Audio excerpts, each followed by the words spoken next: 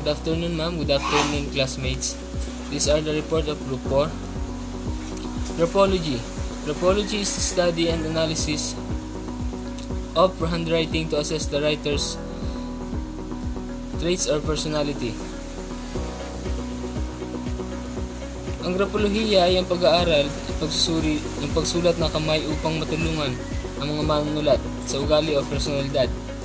In crime detection, the field of scientific handwriting for legal identification is designed to determine authenticity of a signature or document such as will or manuscript without concern for the writer's personality.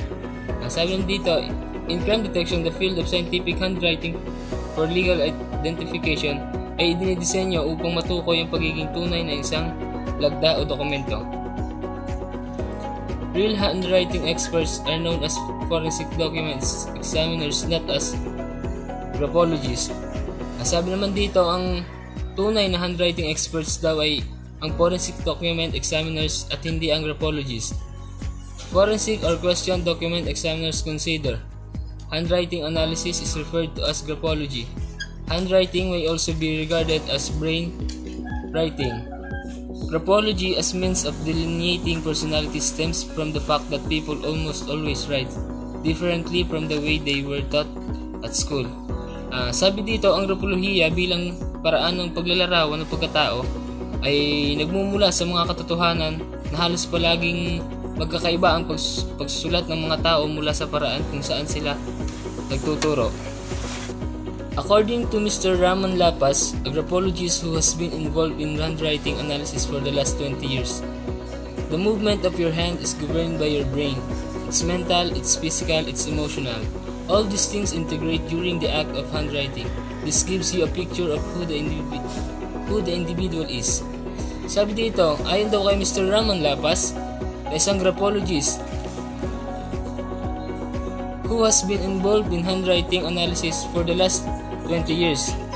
Ang paggalaw daw ng ating kamay ay pinamumunuan ng ating utak.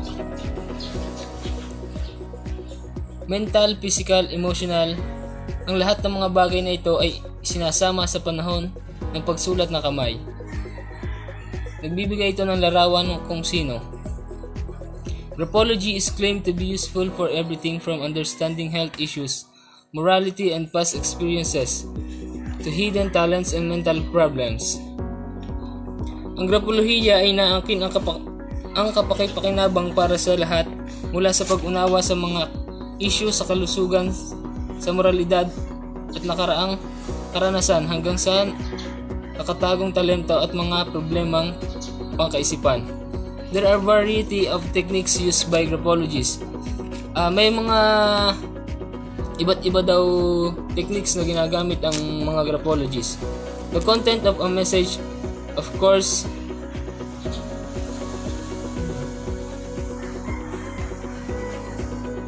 is independent of the handwriting and should be relevant to the assessment. Sabi rito, ang nilalaman daw ng mensahe syempre ay malaya sa pagsulat ng kamay at dapat walang kaugnay sa assessment. Graphology is another pipe dream of those who want a quick and dirty decision-making process to tell them who to marry, who did the crime, who they should hire, what career they should seek, where the good hunting is, where the water oil or buried treasure is. Graphology is one of these pseudo sciences. Ang graphology daw ay isa sa mga pseudo sciences. Writing is usually connected with a mental act and even one sentence, spoken or written.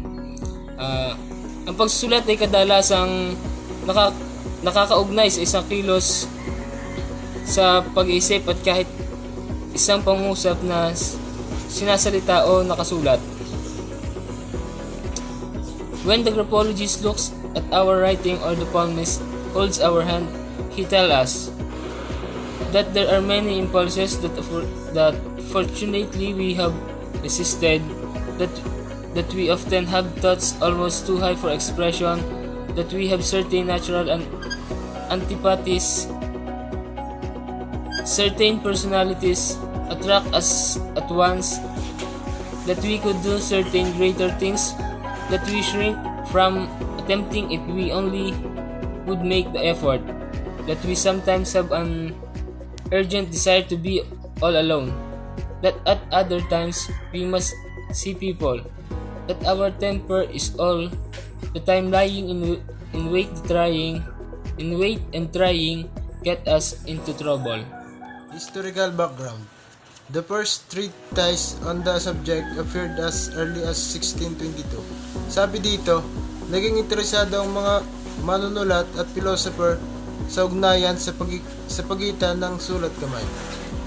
The French psychologist Alfred Binet was convinced that graphology had potential as a technique for personality testing. In 1904, the German philosopher Ludwig, sabi naman ni Ludwig Kleitsch, ang teorya ay handwriting ay isang paghihiwatig sa kilusan. A basic problem of graphology is establishing a common denominator for both types of elements to permit comparable object evaluation. Other problems concern the validity of the interpretations. Validations of graphology is complicated by the same difficulties that confront other techniques of psychological.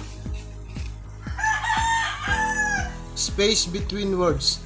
Space between the words is non-deliberate. Halimbawa, kapag ang isang tao ay nagsasalita nang may pagtigil, maaaring ito ay may kasanayan na. Maaaring ito rin ay dahil nais ng tao na hayaan ang salita na lumubog sa kamalayan ng iba. Direction of lines. Instructions in writing has usually inside in writing in straight lines. Ang isang linya ay nag-uugnay sa dalawang puntos. Ito rin ang landas na ginawa ng isang gumagalaw na punto. Ang mga linya ay maaaring maging makapal o manipis. Maaari silang maging mahaba o maikli. They can be vertical, horizontal, or diagonal.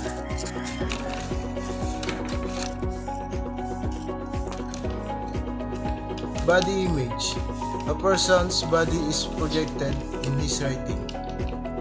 Ang pagsusulat ay may kaugnayan sa katawan ng tao na typical sa mga ugnayan ng kaalaman sa utak.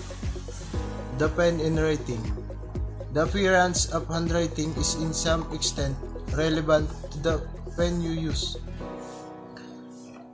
May kamalayan ang mga tao sa katotohanan ito. Example, para sa akin, namimili ako ng gagamitin na ballpen upang mapaganda o mapaayos ang pagsusulat. Space between lines. The space between lines is most probably deliberately planned. A person who writes wide space lines may live a life of order and system. Ang line spacing ay linya ang puwang sa pagitan ng bawat linya sa isang talata. The margins. Left margins are deliberately chosen. Base po dito sa left margins, a majority of writers will admit some deliberation in the choice concerning the width of the left margin. The width of left margin might be indicative of the distance we wish to maintain to other people. With left margin is only betrays what we want because it is non-deliberate right margin. With left margins are often in handwriting of proud or shy people. Wide margins are indicative of a withdrawn person. Wide left margin is self-conscious. People will watch and control both the left and right margin. The slant. It it may be said by some that the right slant in the normal slant. Base naman po dito, it may also be perceived that whoever writes from the left to right naturally use the right slant. Left slant writing is seen more often in women than in men. Writers in left slant are generally much closer to their mothers. Tingnan ang kaliwang slant sa mga taong may mga disturbed balance in the parental equilibrium. The upright slant is found in people who are very independent in life. May posibilidad na magkaroon ng inclination to either mother or father. Pressure in writing. The pressure against the paper is good, primary, secondary. Base naman po dito, the pressure against the penholder is good, secondary. The primary pressure indicates our strength and vitality. The secondary pressure indicates over aims and inner conviction. Extreme added pressure is often seen in hands of criminals. Pressure lacerating is often seen in the hands of feminine writers. Zones. The upper zone shows what a writer thinks, how they think, what they strive for, imagination, pride, and ethical ideas. Pinapakita naman po dito kung ano ang iniisip ng writers, ng manunulat, kung ano ang kanilang pinagsisikapan, imahinasyon, pagmamataas at ethical na ideya. The lower zone harbors manifestation of things not yet known to the writer. In the middle zone, the writer's daily routine is shown. The social behavior, relation, preference, and injection. Symmetry. Symmetry is a yardstick of writers' inner balance and development. Base naman dito, ang symmetry ay isang sukatan ng mga manunulat na nagbabase naman dito ang balanse at pagunlad. It is used to establish style value. Ginagamit ito upang may taguyod ang halaga ng estilo. When the upper zone are strongly developed, we are dealing with a person of intelligence and ambition. In the middle zone is strongly developed. This is person whose sentimental and sensitivity and concern for themselves are likely to result in emotional pain. Kung ang mas mahabang zone ay labis na napapaunlad, ang person concerned ay themselves too likely to result in emotional pain. If the lower zone is overdeveloped, we are dealing with a writer who is over-concerned with money. However, the emotional development remain infantile. Legibility. Legibility is a measure of the writer's sense of forcefulness. Base naman po dito, legibility is handwrites make good teachers and speakers. They are sincere and cooperative in person whose writing is impressively legible. Size of letters. The size of letters is indicative of the writer's self-reliance. Base naman po dito, ang letter ay may extended in 4 direction: up, down, right, and left. Kapag small letters naman ay modest, parang mahiyain, tas nakabase sa facts, hindi sa opinion lang. Narrow letters ay para sa mga malulungkot na tao, mostly sa mga nakakaranas ng mental health through writing sila nag-express ng sarili. Connection of letters. The connection of letters show the writer's attitude towards others. Sabi naman dito, ang connection of letters ay pinapakita dito yung attitude ng writer sa mga mababasa. In short, kapag nagbasa ka ng writing ng iba, as a reader, mapipil mo kung anong attitude ng writer na po-portrays niya sa writing na ginawa. In writing, there are three mainly used: link, garland, ridge, and angles. Deep garlands ay para sa mga need na emotional support, karamihan sa mga mental health disease. Space between letters show the extent the writer released upon their own institution.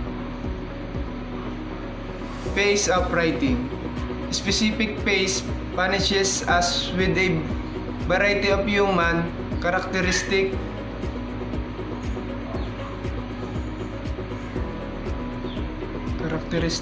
Spontaneous writing, ambition, activity, stability, restlessness, impatient, quick thinking.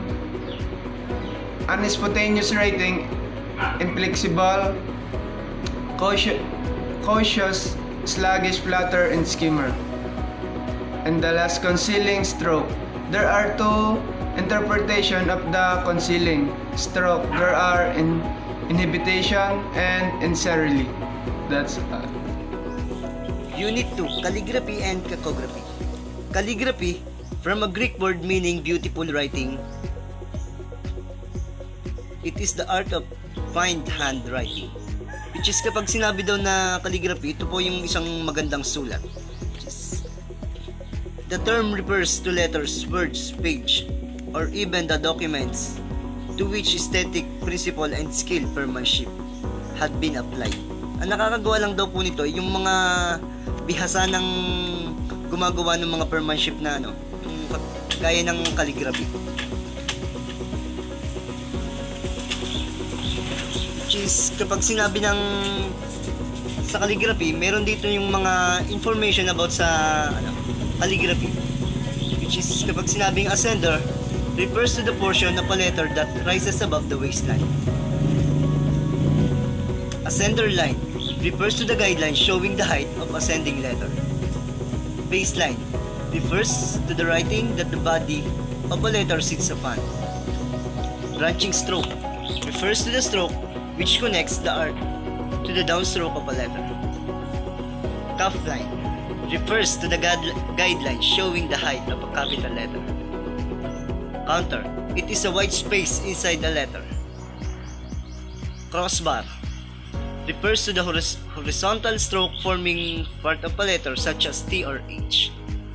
Descender refers to the portion of a letter that falls below the baseline. Ductus refers to the number, direction, and sequence of the stroke which make up a letter. Flourish, it is a non-structural embellishment added to a letter. Hairline refers to the very thin line. Majuscule refers to a capital letter or uppercase letter. Minuscule refers to a lowercase letter. Nib, it is the pen point. Nib width refers to the width of any broad edge tool. Pen angle refers to the angle at which the nib meets the paper relative to the baseline. Serif refers to the small stroke which begins ends letters of a part of letter. Slant refers to the slope of a letter measured from. Ito naman yung sa about this spacing. Yung mga number 1 is counter space. Refers to the space inside the letter. Interletter space refers to the space between letters. Interword space refers to the space between words. Interlinear space refers to the space between lines writing. Thick or kapal refers to a heavy blunt stroke. Thin or nipis refers to a fine stroke, sometimes called hairline. Waistline refers to the guideline showing composition for the upper boundary of the X height. Thank you. Yo, yo, yo. Yeah. Mic check.